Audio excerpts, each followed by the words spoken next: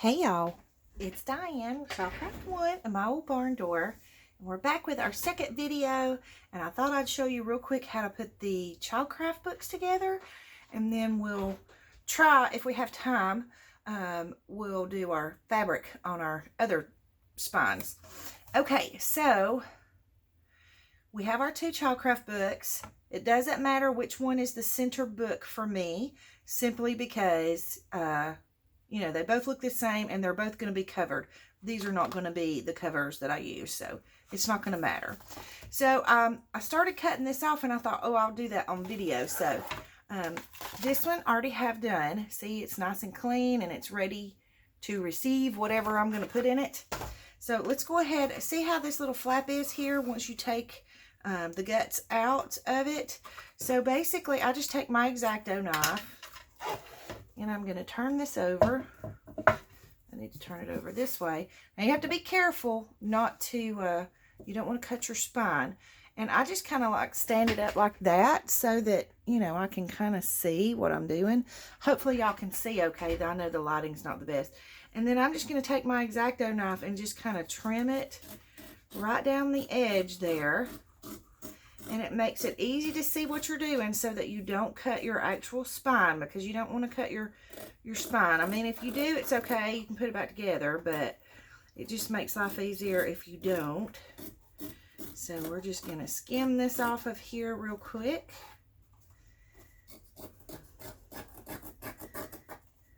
And if you have to lay it down, because this one is just not wanting to stand up for me real good, but that's okay. All right, so now we've got all of that off and it's nice and clean and it's ready for receiving. Okay, the next step I want to do is I want to strengthen these spines just a little because, you know, when I tore them apart, it left the bulk of that spine, but I just want a little extra strength there because it's just going to make me feel better because I'm a freak about having a strong book. I'm very meticulous about that. So basically what I did is I just took like a piece of this was a paper pad cover that I had cut up and made some paper clips out of. And so I just cut off of it. And so I cut myself some strips. This is 10 inches here. So I just cut them. My spines on these are about an inch. So I'm just going to put it right there in the center like that. So let's just go ahead and do that. And this is just Aleene's tacky glue that I'm using. And I just like using this thicker glue rather than a Mod Podge because to me, it sticks better. It may not, but I feel better because it's a thicker glue. Oh goodness, my Mod Podge brushes are, they're just about ready to be replaced, I think. Hang on, let me get this sticky glue off of it. Yeah, these have just about seen their better days, so we may need some replacements for them. That's okay. So I'm just going to take, I'm just going to dip into my Aleene's here. I haven't used it in a while, so it's a little bit, it's pretty thick, which I like. I think, to me, it just makes me feel like it's going to hold it good. So I'm just going to run some glue down the middle. And it don't take a whole lot, especially with as thick of a glue as this is. Okay. And then I'm just going to put this right down the center, and that's just going to give it a little extra strength. To make sure that it holds good together. Excuse my reach, I'm going to grab a paper towel here because I'm glue obsessive and I always get way too much glue. All right, we're going to sit him to the side and let him dry for a second. I'm messing up my brand new mat, but that's okay. That's what it's for, right? All right, so we're going to do the same thing to this one. We're just going to throw a little bit of glue down the center. I'm going to get not as much this time and try to be better.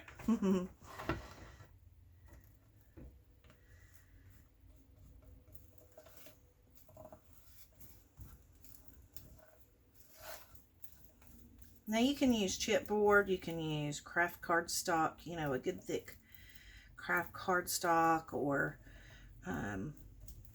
whatever. Sometimes I use a pizza box, you know, or a cracker box if it's long enough. Okay, so I'm gonna put this way so we can't see the writing through fabric if we put when we put fabric on there. Okay.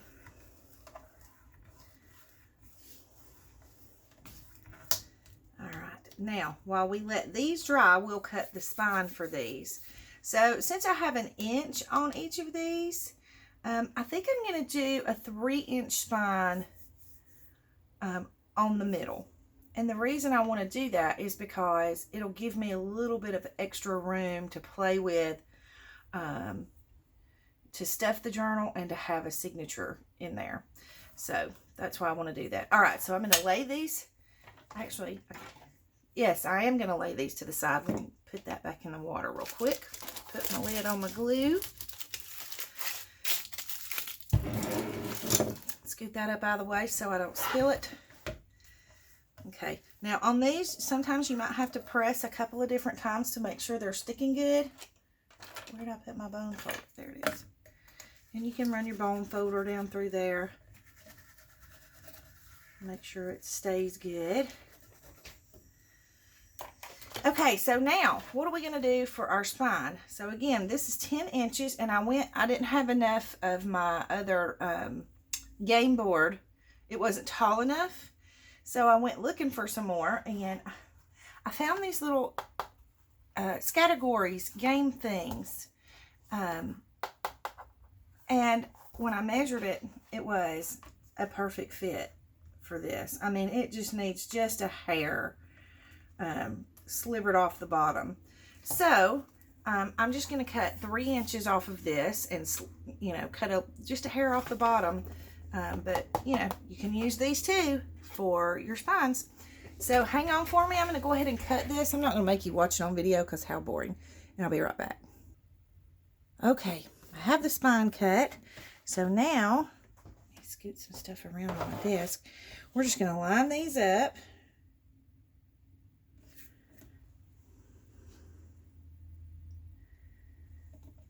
I'm going to put this one this way. I don't guess it really matters, but... And again, I'm leaving a little bit of room here, just a little bit, so that we can have some bend room. Just trying to make sure they're good and even. Okay, grab my tape.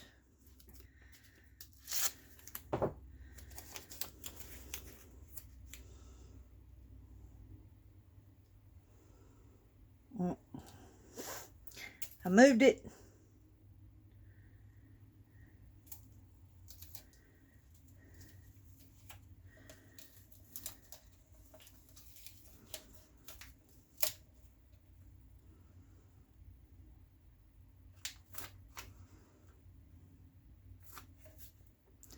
Dad, burn it? I keep moving it.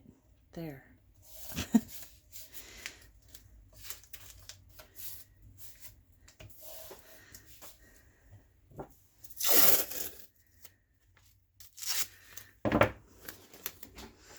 Okay, now I'm just going to make some adjustments here. Make sure we're lined up good.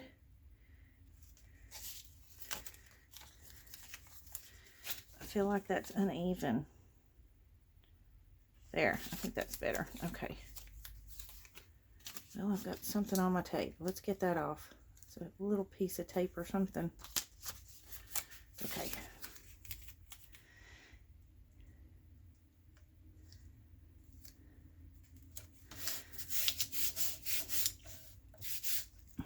Here we go. We're going to flip them over. Whoops. Actually, we can just leave those folded like that because it's not going to matter. I guess we should, let's fold these over first.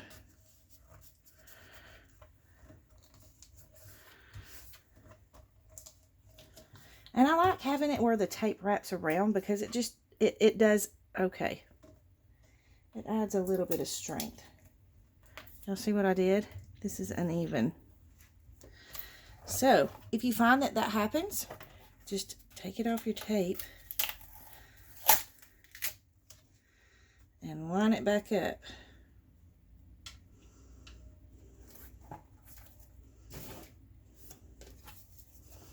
I'm going to flip this open.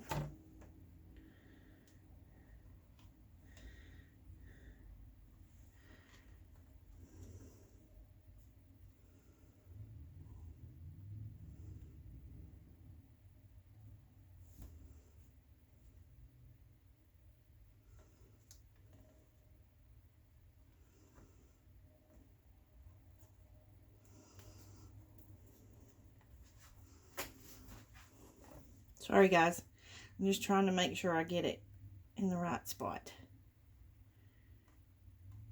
Here we go. Press it in.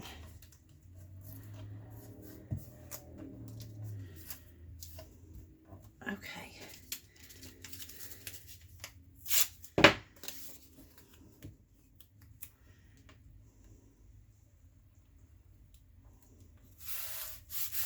And we're just going to line our tape up.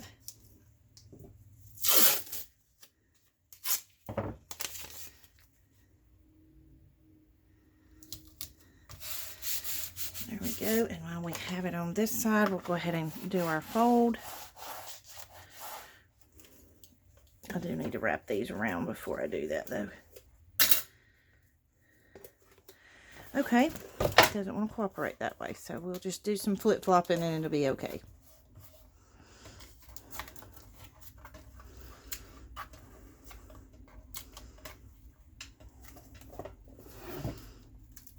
Dear little baby Jesus.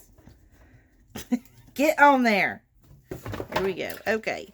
Now we can do our bending.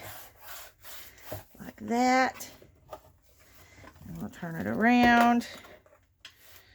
And do it like that. And we're going to flip it over. Do the same thing on this side. There we go. Okay. So now we have this one put together. And it's going to go like this. And this. And I have them upside down. That's okay. Now, when you have them like this, be very careful because, you know, that tape's not going to stick super, super good. But it's okay because it's just there to hold the book together while you're trying to work with it. But see how that's going to lay like that? So that's going to be one side. Now these aren't as sturdy because they don't have anything in them yet. So, and then you have your spine. All right, so let's get some fabric on it. Now at this point with this one, you can decide, okay, am I going to cover the whole thing with fabric? Or do I just want to do the spines with fabric and do, you know, maybe like a collage on the front or whatever? Because this is going to be your front. Okay, this will be the front of your book. However it folds into the center, you know, then that's going to be your front. So you want to make sure you have, if you have a specific something that you want as the front cover, you want to make sure it's going to be right here. So I guess we just need to decide if we're going to cover it in fabric or if we're going to cover it in, you know, paper or do a collage or something like that. So hang on, let me see what I've got. Okay, so I think I've decided on this one that I would like to cover the whole thing in this rooster fabric. Wouldn't that be pretty? One of my sweet, sweet friends sent this to me as a gift. I'm so excited to get to use it. So I think we'll cover this journal or this lap book with that fabric. And then since I want to leave this as the cover, and we're going to trim off some of this tape here so you can still see this part. But I think I want to put this, excuse me, this blue cream ticking on the spines. And possibly even like on these parts of the covers, you know, because we got to cover this up because that's not pretty. So we'll decide along the way how far we're going to go with the fabric on this one. But let's work on the Childcraft ones first. I know that I'm doing 2 different books, but I just want to show you, you know, different options that you have or different ways that you can do it. So now what I'm going to do is I'm going to unfold my fabric. Let me just get myself a little room here. Move some stuff around on my desk. I'm going to unfold my fabric and see how wide I need it, because I'm going to need it to go all the way, the whole length of both of these books. So I think I'm going to have just enough. So then I'm just going to bring it over the edge some. Make sure I have enough over the edge on both, you know, top and bottom, to make sure I have enough to cover it. So I'm just going to make sure it's straight. And then I'm just going to grab my scissors, find my edge right here. So I'm going to come down about 1 inch and just snip it off over here. I know y'all can't see me, sorry. And I'm just going to rip it.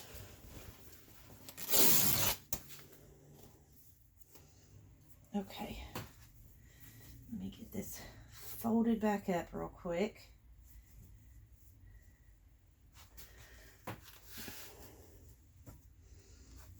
Get my strings off of it. Oh, I got strings going everywhere. Good grief. This one don't want to quit unraveling. Okay, I might have to just cut that. Let's do that. Okay.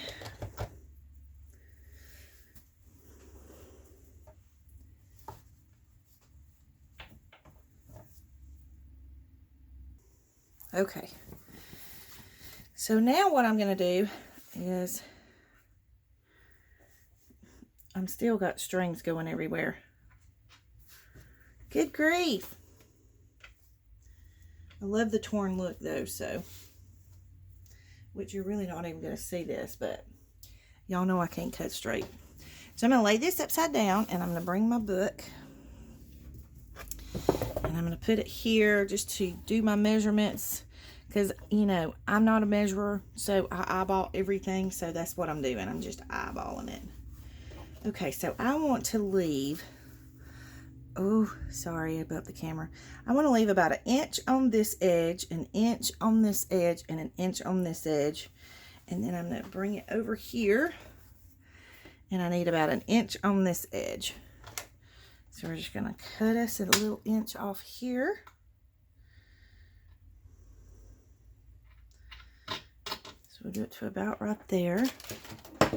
I need to move my tool caddy around a little. Okay, and then we're just going to rip this. Okay, and we can save this for a pocket or something fun. Okay.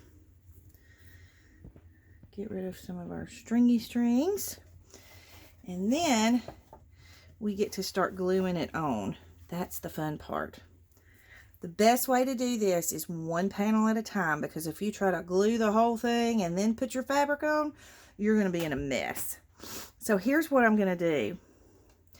I'm going to get my book placed on the fabric where I feel like it needs to go. And then I'm just going to do, like, I'll fold this over and I'm going to glue this. And then, you know, lay it back into my fabric. So that's how we're going to do it. And it'll make it a lot easier on us as far as, you know, trying to get the glue to. Now, if this were a slick surface, like the other book is, then you would want to sand it. But this has a texture to it, so the fabric's going to hold pretty good to this. So we're just going to take our Aleene's and start gluing. Now, Remington, you can't sit right there, honey. Silly pup. You can't sit right there. Mama's got to get in here somehow. Remington, move. Y'all, she's literally not moving. She is the most stubborn dog.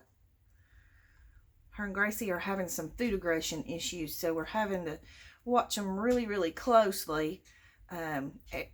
Remington goes into the kitchen, I have their bowls sitting in separate rooms because of it, you know, just to kind of try to help.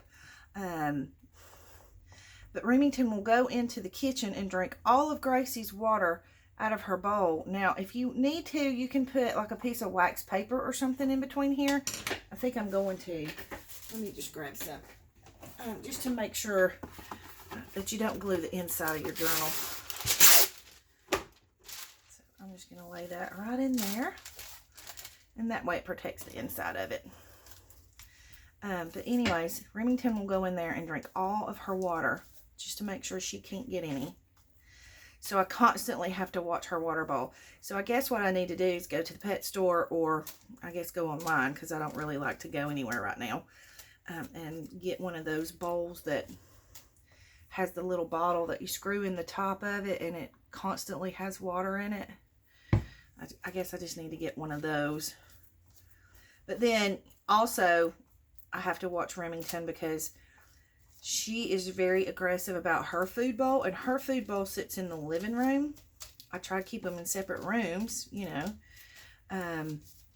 But she's really aggressive about her food bowl. And so but Gracie has to kind of walk towards her food bowl when she goes to the kitchen, which is where her food bowl is.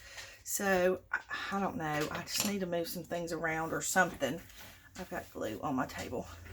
All right. So now that I have this panel glued, I want to make sure again one more time, because once I do this, it's permanent, you know, that I have everything sitting the way I want it sitting.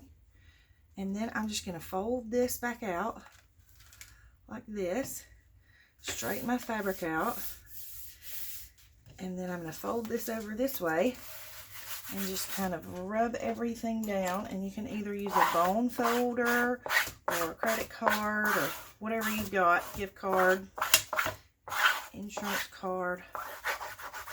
All right, so I'm just going to rub everything in really, really well. Okay, and then fold it back out. And then I'm going to put my wax paper here, because then I'm just going to kind of fold this over like this. And I'm going to come this way with it. Fold it like this, and that way I can glue the spine and this part folded out. Okay, here we go. Excuse me.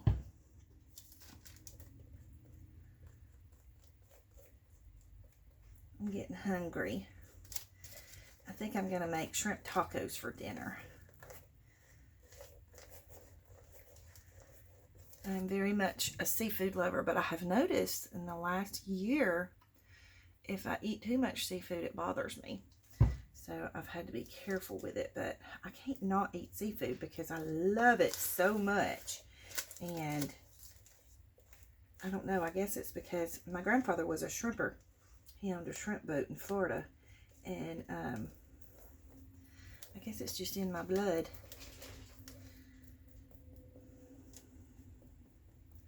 But it's actually cheaper, you know, with it just being Jeff and I now. It's cheaper to just get one of those bags of shrimp. You know, that's cheaper than buying ground beef these days. Ground beef is ridiculous, which I don't eat ground beef a lot because it hurts my belly. So I have to be careful with ground beef. But I've also gotten sick off of ground beef about 3 different times in my life when I was younger, and so I'm pretty picky about it. We don't eat much ground beef because of it, and Jeff loves it, but you know, it's not the best meat for you anyway. So we eat a lot of fish and seafood, and what else? We eat a lot of chicken. Definitely eat a lot of chicken. And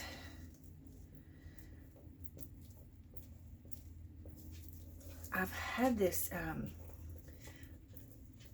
these Brussels sprouts that I've been making with pork. Oh my goodness, y'all, they are so good. The way you make them is they have blue cheese and bacon in them. Oh, If you don't love Brussels sprouts, but you can tolerate them, if you make them this way, you will love them. Because now I'm like, I have loved them so much, I've been like making them once a week. I'm like, okay, I got to stop doing that because we're going to get tired of it. But basically what you do is you take, I usually take about a half a pack of bacon, and I cook with iron skillets. I love my iron skillets. Okay, so now we're just going to fold this into the fabric like that. Make sure we're straightening it out as we go. And now we can slide this way.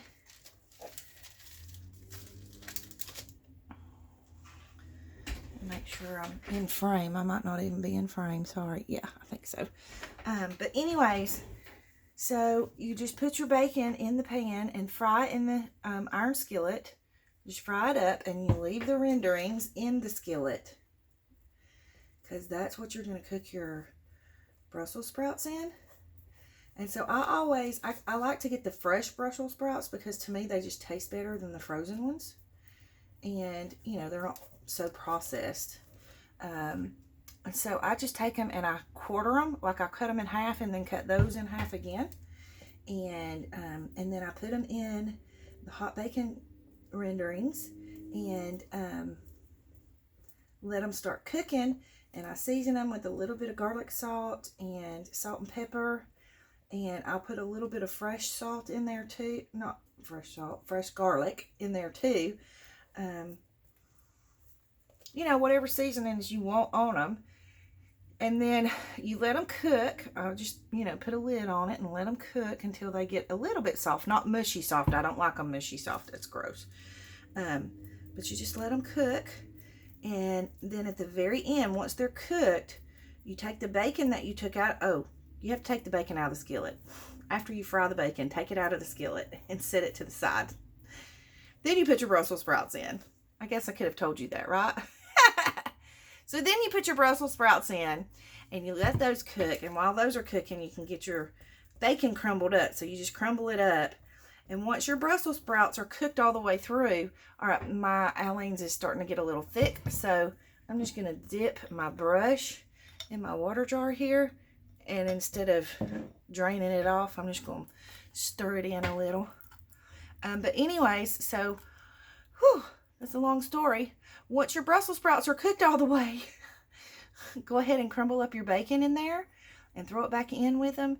And then at the very end, which that should be the very end, you know, because you're not going to want to cook your bacon more. So then, I'm getting this glue really thick because I'm running my mouth and not paying attention to what I'm doing. So then you just sprinkle in some blue cheese crumbles. You put the lid on it for about 2 minutes and let that melt down. Oh, y'all, it is so good. And to me, Brussels sprouts just go really well with pork. So we usually do like one of those pork tenderloins. And, you know, the long ones, you know, the long skinny ones that you just put in the oven for, I don't know, 30, 45 minutes, according to how much it weighs. So that's a really, really good meal. And then I make this little salad with, it's just not bacon, cucumbers, tomatoes, and onions. And you just chop all those up and put them together. And then I have a vinaigrette that I get from Aldi, and I put over it. And so that makes such a good meal with that little salad and the Brussels sprouts and the pork. Yum. So good. All right, here we go. Almost there, guys.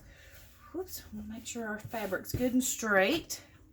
All right, now, as we get to this point, and we know this is starting to dry over here, I'm going to fold this over. I've got that rubbed in. Stop it, Remington.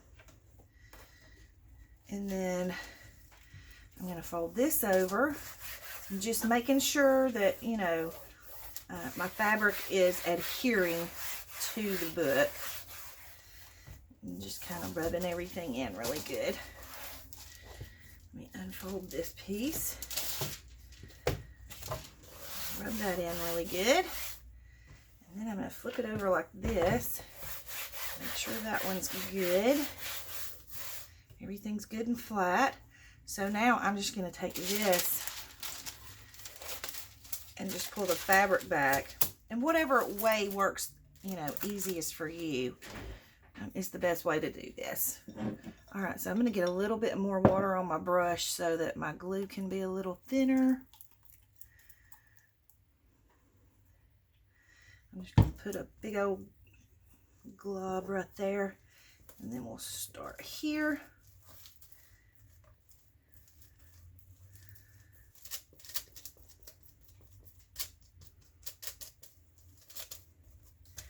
I guess I need to check the time. Try not to make these videos super long, but it's just hard for me not to make long videos. It's just so hard. I usually wind up with about 30 minutes, and I keep telling myself, okay, I'm not going to do that next time, and I just can't help it. It's hard to get anything done in 20 minutes. You know, they say that you get more watches on your channel if you do shorter videos, but the struggle is real.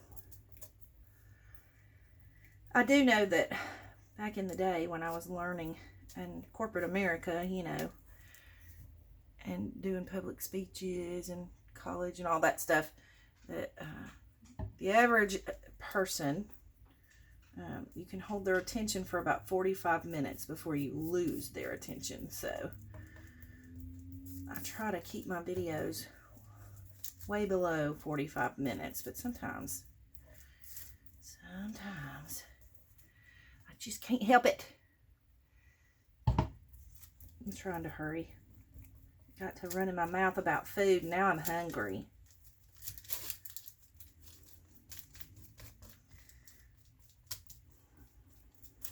All right. Make sure you get it on your corners and your edges pretty good. Okay. So now we're just going to fold this fabric in.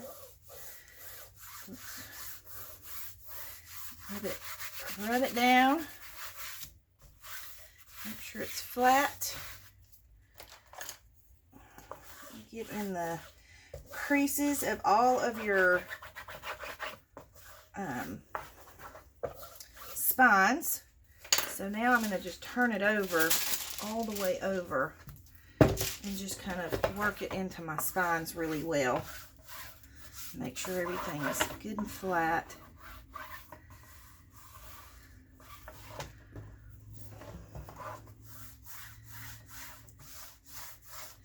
Okay, let me check my time. Ooh, got to hurry. Okay, you know what? We're going to call this a video so that it doesn't go too long. And we'll come back in the next video and we'll go ahead and flip our fabric in, and we'll do the other cover. We'll put whatever fabric or whatever we want on the other cover. And then we'll go to pockets. So thank you so much for watching. I hope you have a great day. Please like and subscribe, and I'll see you in the next video.